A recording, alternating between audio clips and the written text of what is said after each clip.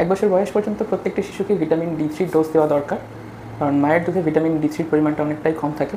Vitamin D3 কতটা দেবেন, কারণ বিভিন্ন ভিটামিন ডি3 ব্র্যান্ড বাজারে পাওয়া যায়, সেগুলোর স্ট্রেংথ বিভিন্ন, এবং কতটা ফোঁটা দেওয়া হবে বা বাচ্চার বয়স বাড়ার সাথে সাথে সেগুলো বাড়বে কিনা সেগুলো নিয়ে মা বাবারা জেনারেলি কনফিউজ থাকেন।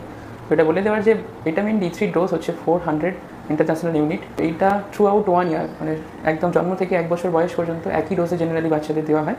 ভিটামিন ডি3 যে ফর্মে আছে সেগুলো মেনলি ড্রপসগুলোতে সাধারণত 1 ml অর্থাৎ 20 ড্রপস হিসাবে আমরা ক্যালকুলেট করি।